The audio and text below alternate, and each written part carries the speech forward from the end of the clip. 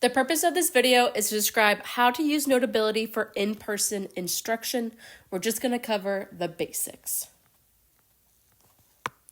Some of the technology requirements for using Notability in your classroom is you have to have an iPad and Apple Pen or some other touchscreen and stylus device. You must have a classroom projector that can project your iPad. That way your students can see what you're doing in Notability. And it's recommended that this is used in a one-to-one setting where all students own their own iPad. If your students don't own their own iPad, it's recommended that you just print guided notes for them so they can follow along. All right, now let's talk about setup. You're going to want to click on this plus button and choose Add Divider. And you're going to want to add a new divider for all of the courses that you teach. So I'm just going to put a sample course as the title for my divider. And then I'm going to click on it. And now I'm going to add a subject. Now your subjects are going to be like your units or your chapters that you teach within a course. So I'm just going to call this Unit 1. And now once I click into it, now I'm ready to start adding notes. Now you can click New, and that'll create a new note if you want to create a note from scratch. Now typically I don't do this. I will upload my notes from Google Drive, and I will use that as my notes and Notability. And so to do that, you can go to Google Drive, and you can choose the note that you want to upload. You're going to click on the little 3 dots, send a copy, choose Notability. This may take a second. And then come over to down where it says subject, you're going to choose where to send it. So I'm going to choose to send it to Unit 1, the one we just created. And then I'm going to click Import.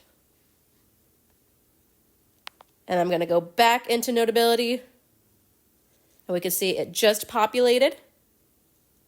Okay, and now I'm ready to start working on my notes, okay? Now let's talk about some of the tools within Notability. First of all is the pen tool. The pen tool lets you write on your note, okay? You can write pretty much over anything that's already there. Next is the highlighter tool. If there's some important text you want to highlight, you can use the highlighter tool. If you make a mistake and you want to erase something that you did, you can use the eraser tool. And then this next tool I really like, it's called the select tool. So say for instance, there's this really important formula and you want to keep using it. And so you want to copy and paste it to another part of the slide. You can use the select tool to draw a circle around that formula. And then you can copy and paste it elsewhere. Okay, you could do that either for like what's already there in the background, or if you wrote something and you want to copy and paste that, you can also do that as well. So copy and paste that. Okay, you can also use the select tool to make what you just wrote either larger or smaller. So say you have a lot of writing to do, you can make it smaller and then move the writing out of the way, and now you have more room for new writing. So the select tool is really helpful. Also, say you have a lot of writing to do and you still need more room, you can click over to this little 2 pages button, and then you can click on, there's these 3 dots on the slide, and you can click add a page. So if you ever need more room, you can do that as well, okay? The last thing I want to talk about is how to share your note.